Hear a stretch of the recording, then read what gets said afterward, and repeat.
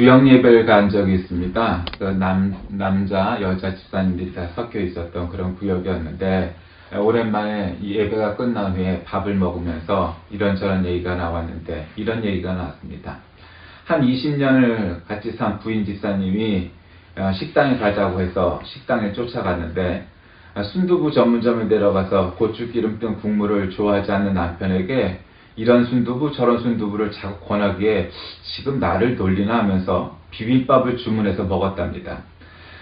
그 집은 순두부 전문점이어서 순두부만 있었고 그 다음에 비빔밥이었답니다. 그런데 그 비빔밥은 순두부 다음으로 싫어하는 메뉴였답니다. 그래서 옆에 있던 다른 집사님이 그건 양반이라며 한 끼 그렇게 먹는 게 뭘 대단하다고 그러냐고, 자기 아내는 남편 배꼽을 후벼 파는 버릇이 있는데 그냥 후벼 파는 게 아니고 살집을 까뒤집으면 얼마나 아픈지 깜짝깜짝 놀라서 깬답니다. 몇 번을 이야기해도 계속 반복하면서 자기가 무엇은 일을 저질렀는지를 잘 모르더라는 겁니다. 그래서 몇 번씩이나 놀라서 까무러칠 듯 아파서 깨기도 하는데 정작 본인은 무슨 일을 했는지 모른다는 겁니다. 그러면서 이런 일들이 도대체 애정 없는 무관심인지 알면서 목리를 부리는 건지 아니면 인간 내면의 악한 행동이 일부러 그렇게 하는 것인지 서로 토론하면서 어쨌든 여자들은 참 무서우니 조심해야 한다고 결론을 낸 적이 있습니다.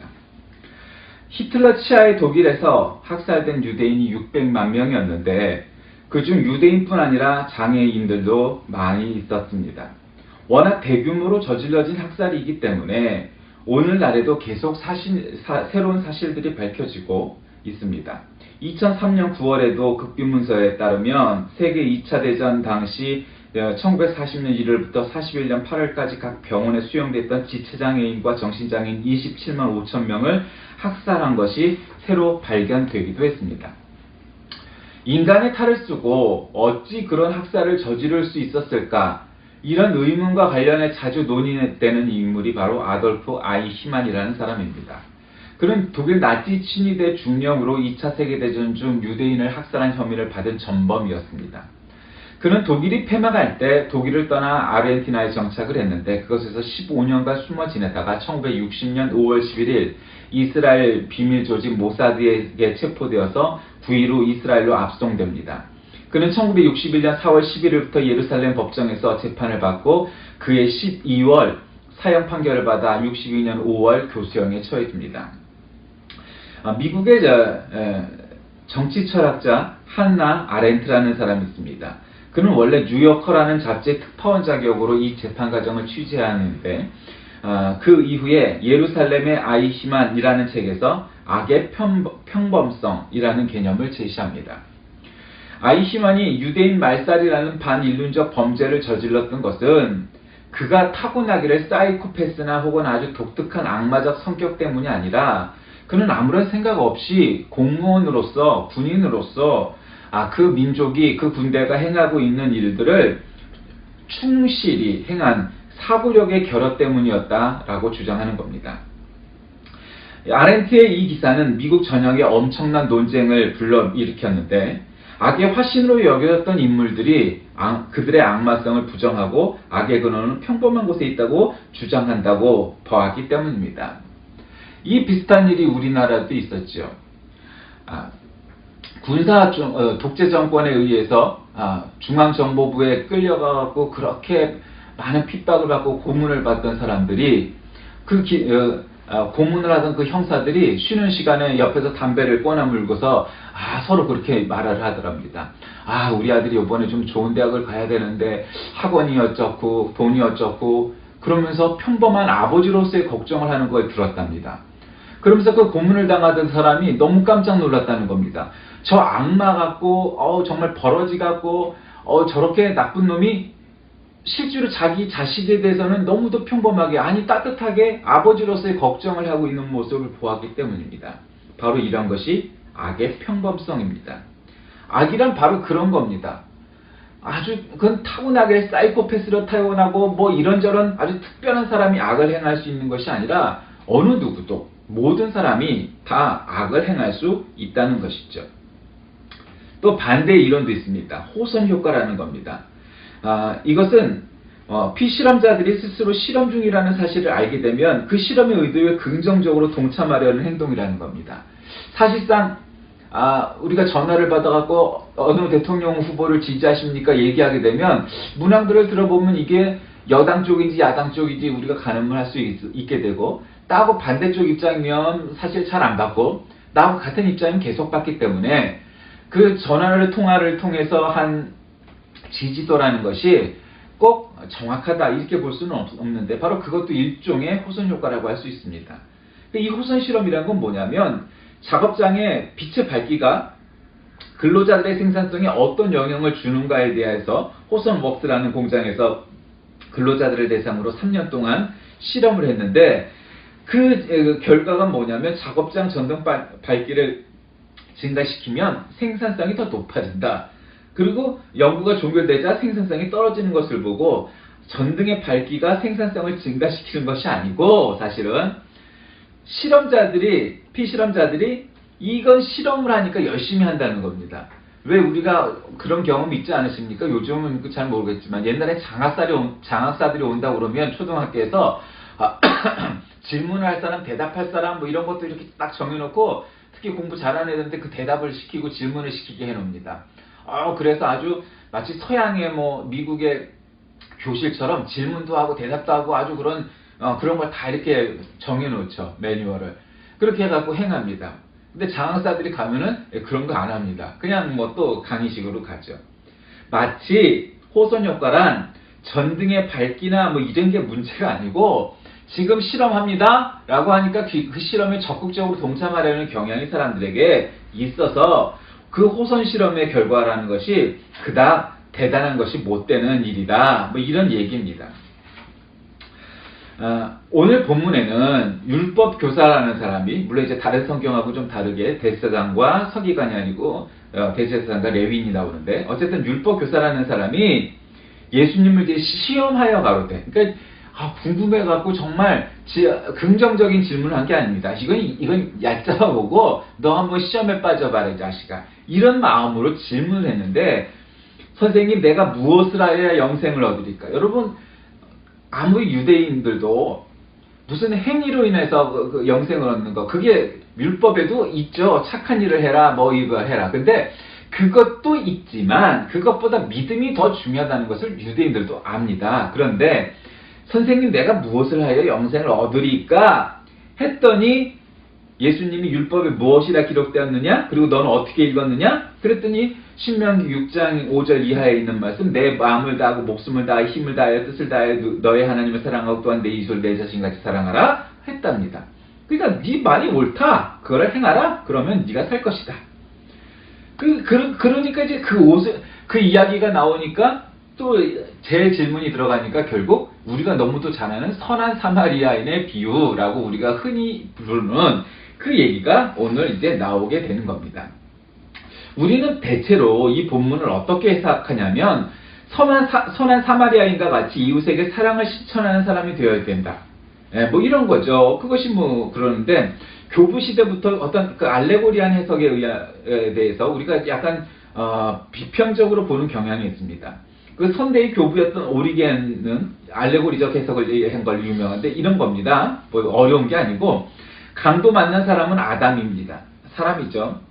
예루살렘이 하늘인 것처럼 여행자는 강도 만나 다친 곳은 세상입니다.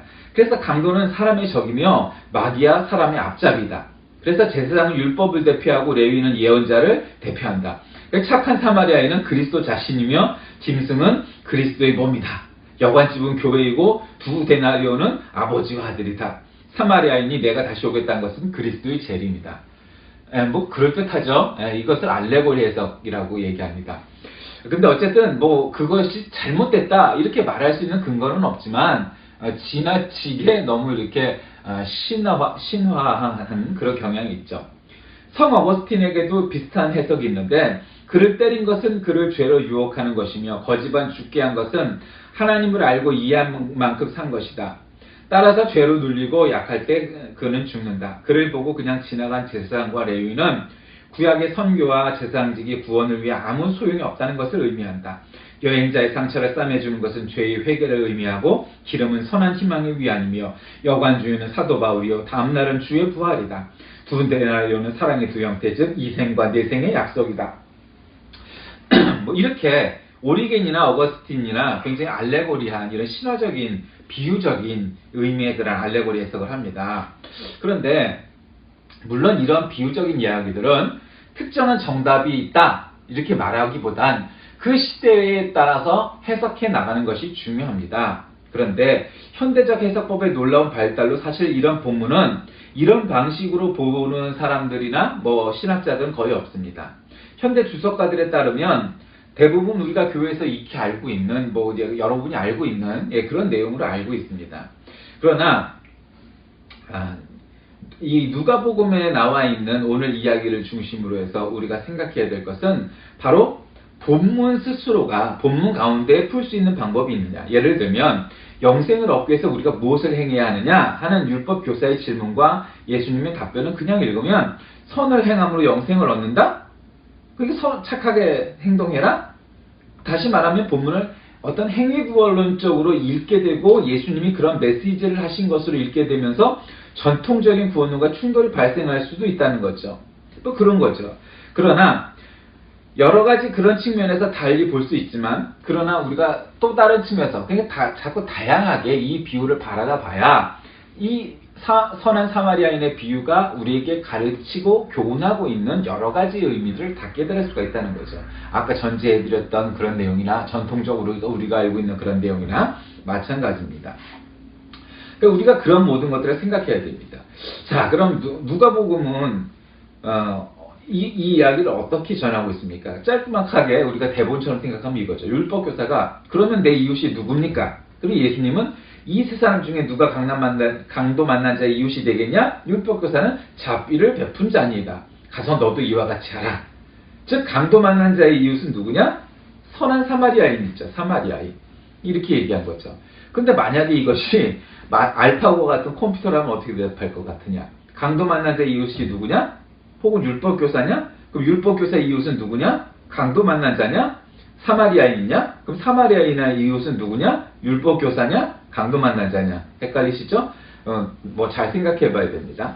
어쨌거나 오늘날 우리가 이야기를 이야기해선 이런 거죠. 우리가 보편적으로 알고 있는 건 제사장과 서기관들 혹은 오늘 본문으로 이제 레위인으로 나오는 이 사람들은 뭐 목사나 장로 혹은 일반 교인들이라고 볼 수가 있겠죠. 그래서 교인들은 굉장히 신앙 잘 믿는다고 생각하고 있는데 정작 강도 만나고 짐승에게 물어뜯긴 그 사람을 잘 행하지 잘 돕질 않고 그냥 지나가 버려. 나 전도하러 가야 돼요. 나는 뭐 바빠요. 뭐 하여튼 이러고 간 거죠. 그런데 우리가 좀 우습게 여기는 한 단계 낮게 보는 뭐 그러면 안 되겠지만 사실 그런 게 존재하니까 주류가 아닌 그런 사람들을 가운을 대표하는 것이 사마리아인입니다.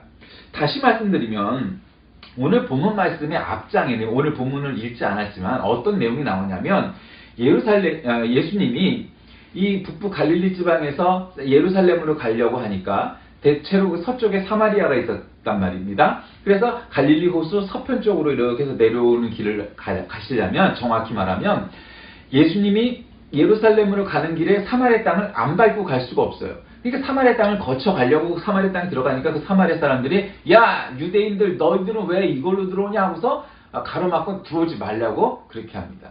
그러니까 사마리아라는 동네는 사실 뭐 유대인들과 사마리아의 사람들의 어떤 그런 지역 감정, 뭐 민족 감정, 종교 감정 뭐 이런 거는 어마어마한 겁니다. 우리가 뭐 전라도와 경상도 혹은 남과 북 뭐 혹은 중국 동포들 이런 거 생각하는 그 이상의 아주 정말 싫어하는 뭐 예를 들면 우리가 일본을 싫어하는 것만큼 싫어했다고 생각하시면 될 거예요. 예, 그럴 정도로 싫어했어요. 근데 문제는 한국과 일본은 애초에 몇만 년 전까지 가면 뭐 안 그렇겠지만 민족이 다른 민족이고 언어가 다르단 말이에요. 그러니까 다른 나라라고 여기기 때문에 큰 문제가 생기지까지는 않은데 문제는 유대인들과 사마리아인은 원래 씨가 같아요. 그러니까 사마리아 사람들은 한마디로 혼혈이란 말이에요. 그러니까 이방인들하고 결혼 속에서 나갔고 종교적으로나 문화적으로나 인종적으로 혼혈인 다문화 가정 출신들이라는 거야, 한마디로. 유대인들은 순수 혈통을 가진 정통 유대파고, 이거는 조금 이단이다 이 말이죠, 한마디로. 그런 사람들이었단 말이에요. 그런 땅이 바로 사마리아 사람이에요. 그러니까 예수님도 이제 그것을 지나가시면서 이제 저가 감정이 안 좋으셨어요. 나중에 또 그 얘기가 나오겠지만. 어쨌든 그런 경험이 있었어요, 이미. 그리고 나서 율법교사를 만난 거고, 율법교사가 이런 얘기를 하고 벌어진 게 오늘 본문입니다. 자, 그런데 오늘날 사회적 문제가 되고 있는 현상 가운데 촛불 집회가 있었고 태극기 집회가 있었죠. 근데 어떤 시사 프로그램을 보니까 이 태극기 집회의 중심축이 극우 반공 세력과 보수 기독교 세력이라고 얘기를 하더라고요. 군부 독재 잔당과 재벌 그리고 일부 보수 기독교 세력이 이 탄핵 반대 운동의 중심이라는 겁니다. 이 사마리아인의 비유가 오늘 우리가 살고 있는 이 세상에서 어떻게 적용될 수 있을까? 율법교사와 율법교사와 제사장과 레위인이 이 태극기 집회의 노선을 걷는 사람들이라고 본다면, 이 사회에 강론받는 자는 북한 탈북민, 중국 동포, 외국인 노동자, 혼인 이주민, 다문화 가정 자녀, 장애우, 독립운동가의 후손, 극빈자, 성소수자, 뭐 이렇게 주류 다수에서 벗어나거나 제도권 시스템에서 벗어나 있는 사람들이 포함될 겁니다. 그런데 문제는 사마리아인이에요. 물론 사실 강도 만나지 않아 사마리아인이나 어떻게 보면은 계층적으로 아마 별 차이가 없어 보여요. 근데 사마리아인은 그렇게 가난한 것 같지는 않아요. 돈을 턱턱 내는 거 보면. 근데 어쨌든 오늘 본문이 아까도 말씀드렸듯 예루살렘으로 향하던 중 사마리아를 거쳐 들어가려고 하자 받아들여지지 않는 대목이 나온다고 말씀드렸어요. 그때 야고보와 요한이 불로 사마리아를 멸하자 이렇게 주장합니다. 그러니까 그런 싸가지 없는 사람들이 바로 사마리아인입니다. 그러기에 누가 강도 만난 자의 이웃이냐 했을 때 율법교사가 바로 그 선한 사마리아인입니다. 아니면 선한 자를 붙이기 싫으니까 그 사마리아 사람입니다. 이렇게 대답했어야 그게 정답일 텐데, 사마리아라는 말을 입에도 올리기가 싫어서 뭐라고 대답하냐면 자비를 베푼 자이니이다. 이렇게 대답합니다. 예수님께서도 살짝 좀 이상해요. 물론 전에 그 감정이 있으셔서 그랬는지 예수께서도 가서 너도 이와 같이 하라 하십니다. 감정이 있으셨다기보다 다른 의도가 있었겠죠. 내심속 흡족한 종류의 사람은 아니라는 거예요. 그러니까 모든 사람이 긍정적으로 본다거나 이런 사람은 아니라는 거예요. 마치 유대인을 거리낌 없이 학살하던 나치 군인이 강도 만난 자를 도운 격이고, 친일 앞잡이 이완용이 강도 만난 자를 도운 격입니다. 앞서 우리가 악의 편법성이니 호선 효과니 하는 그런 어떤 용어들을 설명을 드린 까닭은, 얼마든지 선해 보이는 사람이 악을 저지를 수도, 정말 악해 보이는 사람이 선을 행할 수도 있다라는 거죠. 예수님의 비유에는 한 가지 의도가 분명히 숨겨져 있을 겁니다. 그 의도를 무시하고서 이것을 너무 영적으로 혹은 알레고리하게 해석한다든가 너무 또 디테일하게 들어간다든가 하다 보면 이 비유의 본질을 잃어버리기가 쉽다는 거죠. 그런데 오늘의 이 선한 사마리아 사람의 비유는 내 이웃이 누구냐 하는 율법사의 질문에 대한 대답이죠. 예수께서는 이런 사람이 바로 우리의 이웃이라고 말씀하셨습니다. 근데 그가 소위 말하는 선한 사마리아인이에요. 그는 종교적으로, 신앙적으로 우리하고 정통을 같이 하고 있는 형제 자매가 아니에요. 그는 이단인 사람이에요. 한마디로 우리하고 민족적으로도 착하지 않고 친하지 않은 그런 사람이 사마리아 사람인 거예요. 그러니까 나와 같은 교회를 다니고 같은 종교를 가진 사람이 선한 사람이 아니고 오히려 다른 종교, 다른 민족, 나하고 생각이 다르고 별로 이해가지 않는 사람이 선한 사마리아 사람이 바로 우리의 이웃이라고 말씀하는 거예요. 지금 이 비유는 굉장히 참 수용하기가 어려운 비유죠. 왜냐하면 제사장과 레위인과 같은 사람이 우리의 이웃이라고 하면 참 받아들이기가 쉬웠을 거예요. 우리가 세상적으로 힘이 있는 사람, 영향력 있는 사람, 부자들, 권력 있는 사람, 저 사람 나하고 친해, 저 사람이 말한 걸 내가 이게 편들기 굉장히 좋아요. 저 그런 거 좋아요. 그런데 나보다 못한 사람, 가난한 사람, 힘없는 사람들을 뭔가 그걸 받아들이려고 그러면 어렵죠. 수용하기가. 여러분 그게 쉽겠어요? 그 사람들 이해하세요? 북한 동포들의 상황을 내가 이해할 수는 있지만 이해하려고 하는 것이지 그 사람들의 모든 상황을 내가 받아들이고 중국 동포들도 마찬가지고요. 독립운동가의 후손들도 마찬가지고요. 장애인들의 정말 심각한 장애를 갖고 있는 사람들이 하루하루를 힘겹게 살아가는 일이라든가 성소수자들의 그런 힘겨운 삶이라든가 그런 것들이 정말 우리가 이해가 되고 받아들일 수 있느냐? 쉽지 않죠. 우리는 그 상황이 아니까 100% 수용하거나 100% 받아들일 수도 없죠. 그러니까 이 선한 사마리아인의 비유가 쉽지 않은 까닭은 바로 그거예요. 여태까지는 나하고 사실은 적이라고 여겼던 왼수라고 여겼던 사마리아 사람이 그가 진정 우리의 이웃이라고 하는 거예요. 예수님이 말씀하시는 건. 저는 그 이야기가 가장 중요하다고 보는 거예요. 정말 우리의 이웃이라고 여겼던 율법 교사나 제사장이나 레위인이나 이런 사람들은 원래 우리의 이웃이었어요. 그런데 어느 순간 우리의 친한 이웃이고 나에게 도움을 줄 거라고 믿었던 사람들은 없어져 버리고 나하고 일면식도 얼굴도 알지 못하고 사실은 내가 좋아하지 않고 왼수와 같던 사마리아 사람이 나를 구하게 되었다는 거예요. 그게 사마리아인의 비유란 말이에요. 그러니까 선한 사마리아의 사람은 바로 여기서 말씀하려고 하는 가장 중요한 의도는 바로 그거죠. 한마디로 말하면 내가 믿었던 사람, 나를 도와줄 것이라고 여겼던 사람, 그 사람은 결국 나를 돕지 않고 가버렸는데 얼굴도 알지 못하고 본 적도 없는 내가 왼수처럼 여겼던 그 사람이 나를 돕는 날이 오게 될 것이다. 바로 그 사람이 너의 진정한 친구요, 너의 진정한 이웃이고 그가 정말 선한 사람이다. 이렇게 말씀하는 거예요. 그런데 여러분 살다 보면 교인들이 사기치는 거 얼마든지 많이 보게 돼요. 그리고 또 다른 종교나 종교 없는 사람들이 나를 참 선의로 돕는 일도 많이 겪을 수 있어요.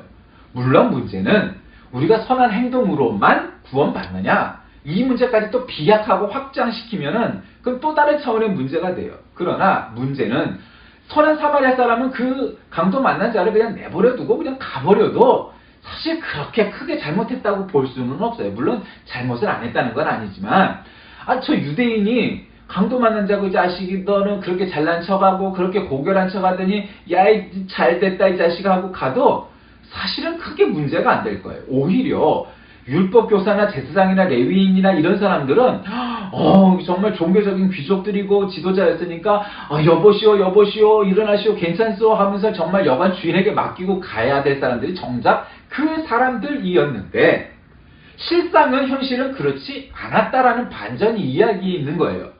그런데 문제는 이 이야기가 패러블, 즉 비유 중에서도 굉장히 예외적인, 그러니까 비유라는 건 원래 그러니까 누구나 겪을 만한, 예를 들면 씨 뿌리는 자의 비유 같은 건 누구나 하면은 겪을 수 있는 비유가 그냥 비유예요. 다른 용어도 있지만. 근데 비유 중에서 파라블이라고 하는 비유가 있는데 이거는 굉장히 독특한 경험의 비유예요. 그러니까 이것은 확률적으로 많이 일어나지 않지만 그런 일도 세상에는 있으니까 그런 비유를 가리켜서 파라블 비유라고 하는데, 어떤 의미에서 보면 이 선한 사마리아 사람의 비유는 일반적인 비유일까요? 역설적인 비유일까요? 참 대답하기가 어렵죠. 사실은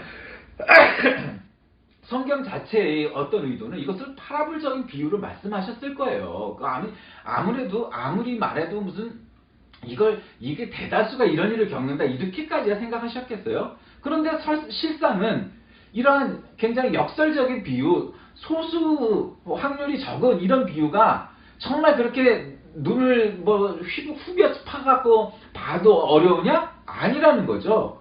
그 정도보다는 많이 일어나는 거예요. 소수이긴 해도. 다수는 아니어도 소수라도 그렇게 눈을 씻고 찾아봐도 보기 힘들 만큼 어려울 정도는 아니라는 거죠. 얼마든지 종교가 다른 사람들, 인종이 다른 사람들, 나하고 생각이 다른 사람들도 나에게 도움을 주거나 아무런 대가 없이 나를 돕거나 하는 일들이 있을 수 있다는 거고, 또 실제로 우리는 그걸 경험하면서 살게 됩니다. 그러므로 정말 중요한 것은 어떻게 하여야 영생을 얻으리까 했을 때 착한 행동을 하거라, 그 자체가 초점이 되는 것이 아니고 이 선한 사마리아인처럼 아무 바람 없이 대가를 바라지 말고 착하게 행동하고 네가 모르는 사람, 너에게 원수와 같은 사람도 도와라. 그게 그리스도인이고 그렇게 행하는 것이 참다운 믿음의 사람이다. 그런데 어떤 사람들, 오늘 본문 말씀에서는 제사장이나 레위가 같은 사람들이죠. 그 사람들은 그것을 알면서도 행하지 아니하였는데 사마리아인은 그것을 이 제사장과 레위인과 같이 많은 학식이나 많이 깊이 있는 것은 알고 있지 못했지만 그저 단순한 명제 하나를 가지고 그는 행하여서 그가 진정한 강도 만난 자의 이웃이 되었다라는 이야기죠. 우리는 이웃을 사랑하라는 하나님의 말씀을 대하면서 과연 누가 진정한 우리 이웃인가를 생각만 하고, 사실은 우리는 너무 이론적인 어떤 형이상학적인 뭐 이런 것들만 너무 생각하다 보니 사실은 돕는 것에 소홀하는 경우도 많습니다.